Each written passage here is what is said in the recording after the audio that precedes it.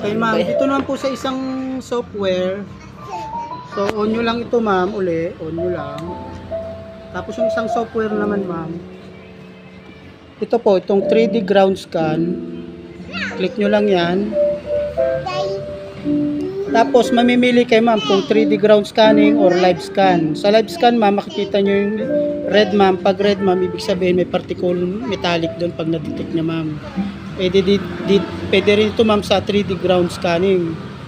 So, click nyo lang yung select nyo lang muna yung device, ma'am. So, click.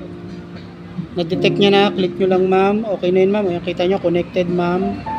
Tapos, live scan lang kayo, ma'am. So, press nyo lang ito, ma'am, tong silver button. So, sorry. So, click nyo ito, ma'am. Hindi na, pause. Tapos, play.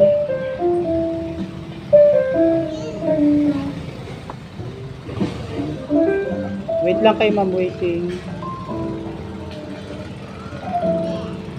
So, yun, nag-on na siya, ma'am. So, yan, nakikita nyo, ma'am. Click nyo lang ito, ma'am. Push lang, ma'am. Ayan, continuous push. Nakikita nyo, ma'am, yung red, oh. Yung red, something metallic, ma'am, yan, pag red. Yan. Okay, ma'am. Tapos, pause nyo lang, ma'am. Okay. Back nyo lang, ma'am. Una niya laging off, ma'am. Ito. Off lagi. Okay na yun, ma'am. Tapos, back nyo lang. Okay na yun, ma'am.